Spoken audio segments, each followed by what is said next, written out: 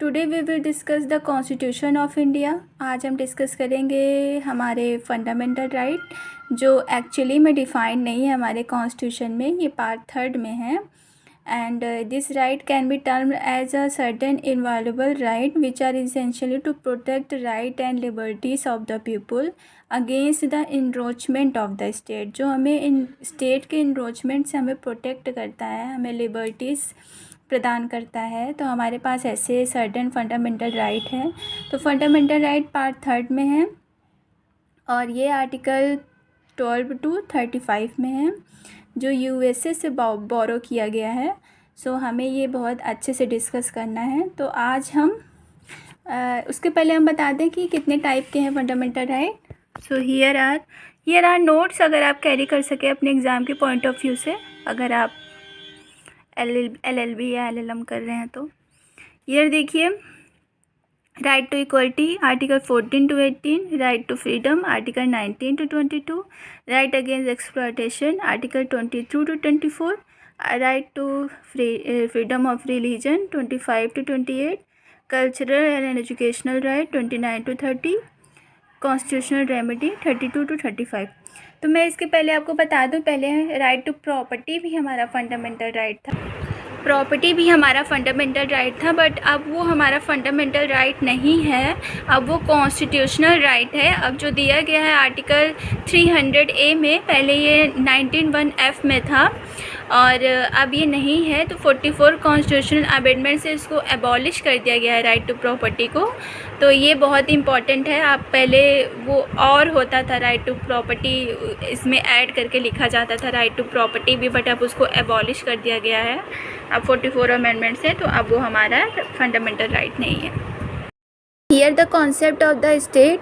तो state part 3 में article 12 में डिस्क्राइब हुआ है। तो हम स्टेट को समझते हैं, स्टेट क्या होता है। तो state have a authority to maintain law and order, state have a perform to sovereign function. अब ये सर्वेगेंट फंक्शन क्या होता है, तो that function is only and only perform by the government, not only the private sector. Here the underline the term not only the private sector like law and order. Then government not only perform the surrogate function but also perform any function which is performed by any individual. When government interfere in welfare function, he must establish the authority. Means जब government welfare function में interfere करता है तब वो एक authority को establish करता है, लाइक PSU, LIC। तो आप देखिए इसमें कितने कितने टर्म हैं, the welfare and the government and the parliament, the government and the legislature, और local authority and all other authority. The term other authority बहुत इम्पॉर्टेंट है और ये बहुत सारी जुडिशियल अटेंशन को अट्रैक्ट किया है अदर अथॉरिटी ने। तो सबसे पहले हम समझते हैं अथॉरिटी मीन्स क्या होता है। तो in reference to article 12 word authority means power to make law, मतलब ऐसी चीज़ जो लॉ को बनाए, उसके पास ये पावर होगी जो लॉ को बनाए, उसे हम अथॉरिटी कहते हैं। तो लोकल अथॉरिटी, सबसे पहले लोकल अथॉरिटी को समझते हैं। तो लोकल अथॉरिटी डिफाइन है जनरल क्लॉज एक्ट के सेक्शन 3 सब क्लॉज 3(1) में, और इसके एसेंशियल पॉइंट है कि इसकी अलग लीगल एग्जिस्टेंस होती है। It must be mayor government agency and it must be legally और इंडिपेंडेंट एंटिटी। तो ये आप समझ लिए। लोकल अथॉरिटी इतना ज़्यादा टफ़ नहीं है, अगर आपको समझ नहीं आया तो आप मुझे कमेंट सेक्शन में बता सकते हैं, मैं आपको दोबारा अच्छे से समझा दूँगी। बट ये इससे ज़्यादा इम्पॉर्टेंट है अदर अथॉरिटी। तो समझते हैं कि अदर अथॉरिटी क्या होता है। अदर अथॉरिटी में क्या क्या आ सकता है, क्या अदर अथॉरिटी में स्टेट आ सकता है, क्या other authority means government authority होता है, मतलब क्या होता है अदर अथॉरिटी का मतलब। तो अदर अथॉरिटी समझने से पहले एक प्रिंसिपल है इजस्टम जेनरस, जो एक स्पेसिफिक वर्ड है अदर अथॉरिटी, उसको इंटरप्रिटेट करता है। तो एक केस था university of Madras versus Shantabai, उसमें केस में कहा गया कि ejusdem generis in this case apply ejusdem generis for interpreting other authority, we should apply ejusdem generis. और इसमें ये कहा गया कि sovereign function means that authority, other authority means government authority.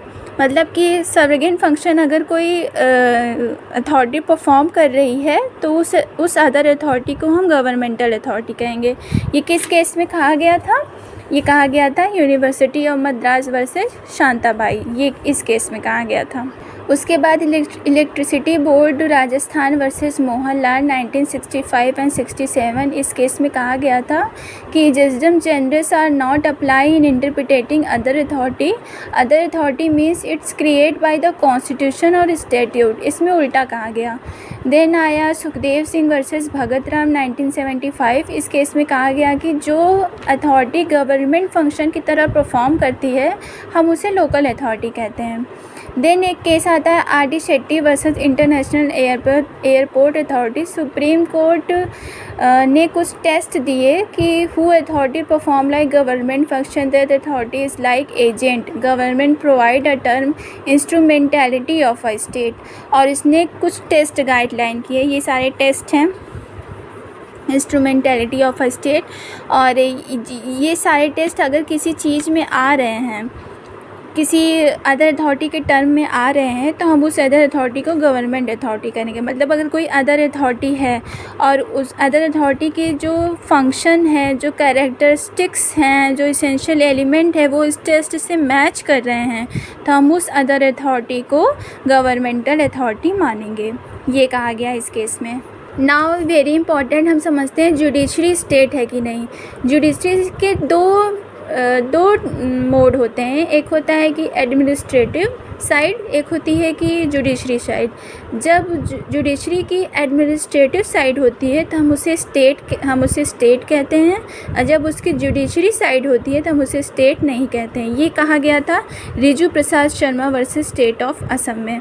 हम आपसे एक चीज़ और डिस्कस करना चाहते हैं कि BCCI स्टेट है कि नहीं, NCERT स्टेट है कि नहीं। तो ये Zee telefilms versus union of India में ये कहा गया था कि BCCI और NCERT स्टेट नहीं है। तो इसके साथ ही ये देखिए कुछ कहा गया है कि भारत पेट्रोलियम कॉरपोरेशन स्टेट है कि नहीं। तो ये स्टेट है। Som Prakash versus union of India case में कहा गया था ये स्टेट है।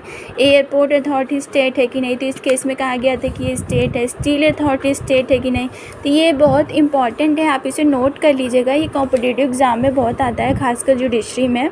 Central board of secondary education Jigya Yadav ये वर्सेस CBSE में कहा गया था कि ये स्टेट है।